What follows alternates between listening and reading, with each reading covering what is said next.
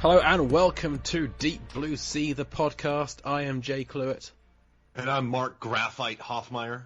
And this week we're looking at Deep Blue Sea 2, Chapter 3.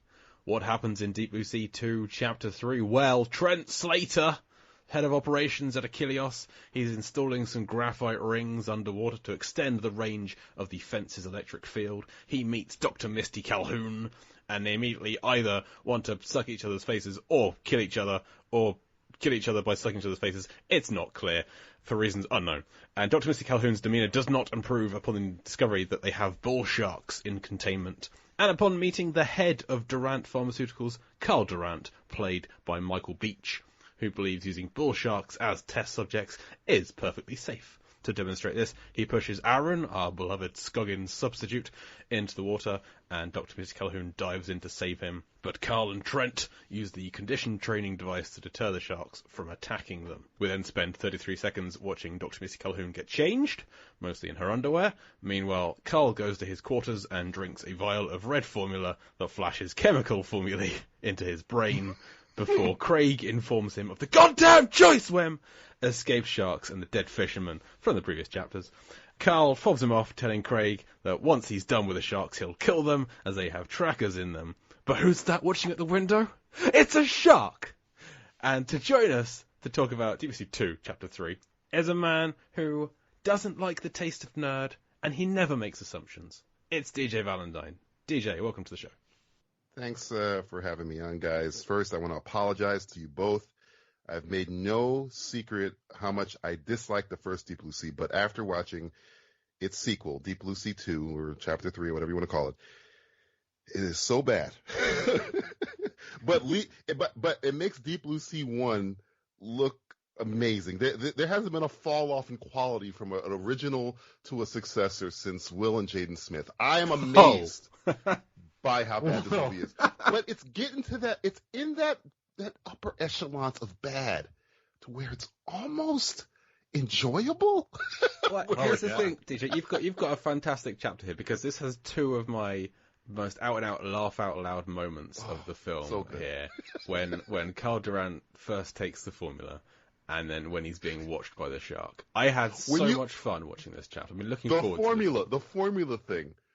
Isn't that the gif when you go to Twitter and it's the woman who's looking around and all the formulas are flying in her face? Oh, yeah. I would have It's the same thing, right?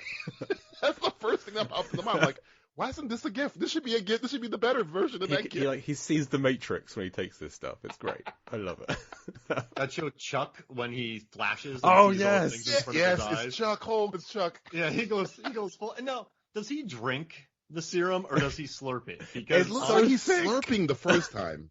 It's like ketchup or something. On Voodoo, it just says slurping.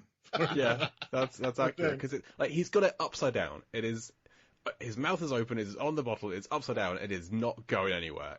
It's like yogurt or mousse or something. He's really slurping. Oh, it's disgusting. Wait, meringue? Aren't you supposed to put it upside down? And if it sticks, is that the thing? I think, yeah. This is not quite. I think it's more like jam than meringue. I think, because this is actually. But either way, it's. How did he even?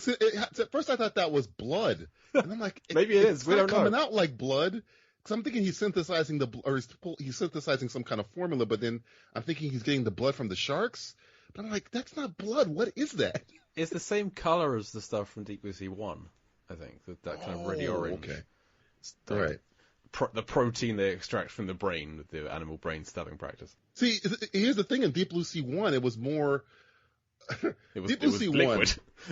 It's a more altruistic reason to do this, and I know we've made to do the shark smart thing, and I know we've made a lot of allusions last time I was on the show to how this movie, even in this one, or franchise, steals from Jurassic Park.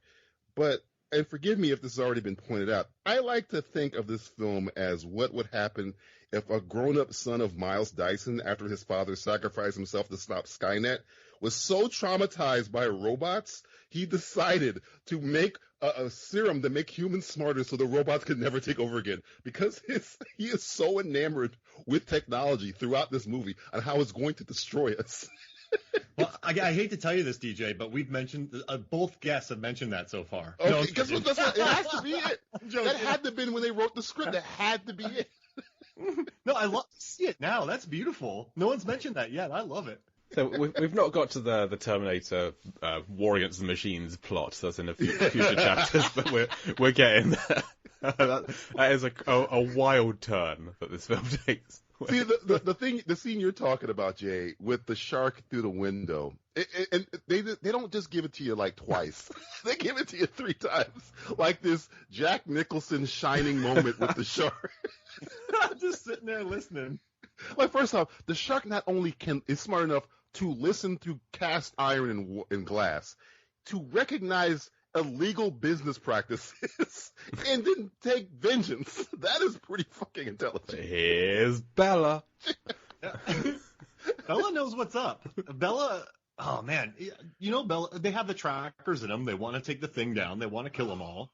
Mm-hmm. And of course, Bella knows all this now. Trackers. See, somebody needs to subtitle or dub like over Bella's like, this guy's not on the up and up. Like something he needs to looking through the window. But, I mean, there's a later chapter where they talk about how the sharks can communicate with each other, and we need that scene where they're all like sat in a circle. Just subtitles. Guys, you won't believe what I heard the guy talking about. You won't believe this, all right? Look, not only do we got trackers in our fins. I don't know why he's from Brooklyn. I don't know why we got trackers in our fins. Hey, I'm walking it. I'm swimming it. Get mounted. Michael Beach, yeah, the guy from Aquaman, yeah, he put trackers in us. He's gonna kill us after he's done. Oh man, can we get an extended walking scene of the shark to Saturday Night Live? Saturday Night Fever. You can't tell about the way I swim. It's just him eating pizza and talking to people. Speaking of Saturday Night Live, that's the thing. The porthole glass. That's straight up Candygram. That's Chevy Chase Candygram. Candygram. Lancer. Good. Let me in. Come on, guys.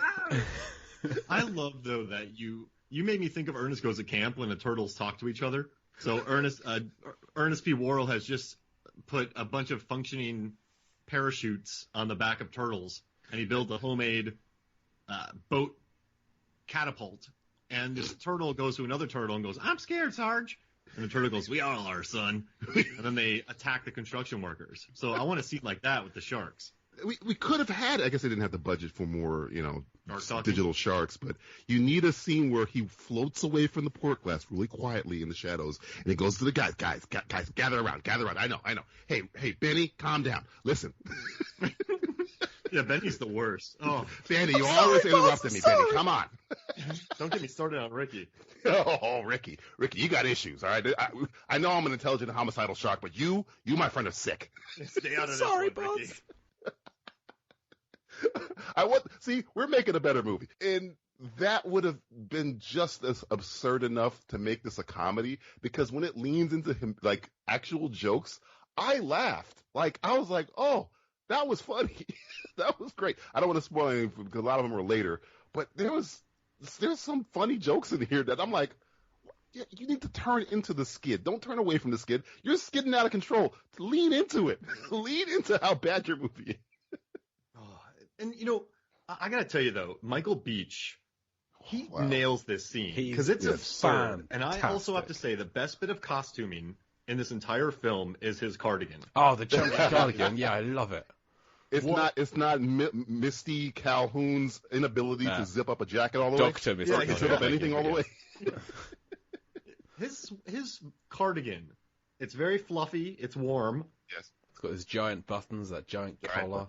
I love it. And also Craig Burns, that lawyer, redeems himself a little bit with his sweater today. I don't know.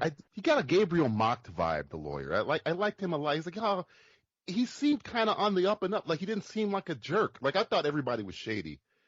And he seemed, especially in this scene where he kind of calls Michael Beach to task, like, hey, man, this is super illegal. Look at me. I'm a lawyer, man. Trust me. You're going to go to prison. And he turns away when Aaron gets thrown in the water. Yeah, he's the one. He has the biggest reaction towards Aaron getting tossed in. Oh, though he cannot pronounce the name of the place. Which is, how long have you worked here? You didn't know how to pronounce it? It's like Mystico got him so I've been working hard. at Target for 15 years. Is that is that okay? Let me have a LaCroix. Walmart. I work at Walmart. So when Carl throws Aaron into the water, does he pick Aaron just because Aaron stood nearest the water, or is it always his plan to chuck Aaron in? I think because again, I don't want to spoil later stuff because my favorite joke is something later that kind of reveals that I think it's just Aaron. He does not like Aaron. I need a raise. Yeah, he chucked him in because he's not going to throw Mike in. Mike is kind of burly. It's true. It would just end with okay. Of all the people there, let's rank them about who he wants to throw into the water. Okay, Aaron's first. Yeah, Aaron. That is probably Aaron's the first. lawyer guy, probably Craig. No, I think he likes the lawyer guy. He hates Misty. Right. He is not going to get Misty on side by chucking her in the water. Like the three visitors, like Dr. Misty, Dr. Daniel, and Dr. Leslie. He might chuck Daniel in, I suppose, because like he and Daniel are already working together. But I think Misty and Leslie are both safe. They were never going to be on that list of being chucked in. That's not how this is going to go. When this movie started, I was like, again, until I realized it wasn't a comedy, unintentionally. I was like thinking of it with a serious drama writer's hat on, and I'm like, you could have done this better. Where instead of chucking him in, he's getting in a disagreement with Misty. He could have had an argument with because she's like telling him to be afraid of the sharks, and he goes, no, don't be afraid, everything's fine. He should have just backed into the water to prove his point. To say you how much I have control over these sharks, and it would have leaned into the end of the movie where he goes, look, fear is just lack of evidence of what's going to happen. So I'm going to show you I have complete control. I'm going to walk into the water. I'm going to have the sharks come at me, and I'm going to point at this guy, and they're not going to do a damn thing. That's what my head was. But then as I kept watching, I was like, oh no, it's not the kind of movie. It's not that, because I was like, this guy's trying to be the Samuel Jackson of the movie, and Samuel Jackson has this great scene in the first movie, and I'm like, this could have been his great, this guy's cool. I want to know more about this guy, but it kind of just went to, I hate this Aaron guy. Push him in the water. And Aaron's the one who runs everything there. Right. So I guess you can just get another one. Report, clearly. Yeah, he is the Scoggins completely. When he's pushed in, he's about to start talking about the fences. Which is Scoggins' whole thing. This is why I'm so annoyed that he does this. Cause I want to hear more exposition about Kilios. I want to know how deep it is, how big everything is. I want to know these things, and just we're about to find out, it gets chucked in the water and the plot happens instead. I'd rather just give us some exposition, please. There should have been an elevator scene. Was there did I miss it? Was there? There isn't one. No. Because I'm sitting there like, how deep is it? Because it seems like they walk in the door and then they're at the bottom, like in 5 seconds. I'm like, wait, whoa. But DJ, part of this podcast is determining how deep some of these scenes take place at. And I do not know how deep some of these scenes take place There at. was a schematic. There was a schematic that I looked where it's like, oh, it's deeper than it seems because they never showed them going down. And it's on the screen for like half a second. I have paused it at that, and I have zoomed in, and none of those figures on that screen are the depth of the goddamn facility. So... Estimate. You gotta eyeball it. You gotta. I'm trying, man. I'm trying. Who wins in a wrestling match? Real quick. Carl Durant or Mike? Mike's the guy with the long hair. Yeah, Mike's it. I like Mike. I like Mike.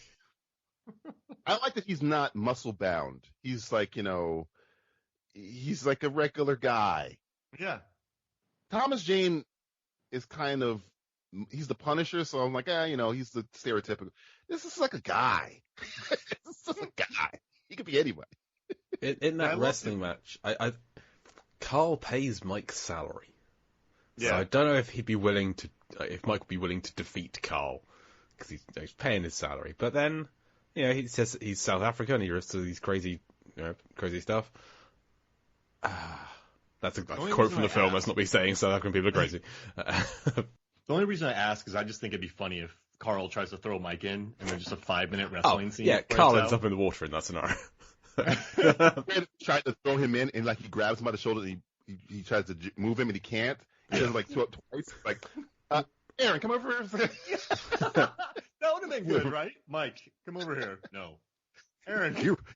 You're really put together, Mike. You're really.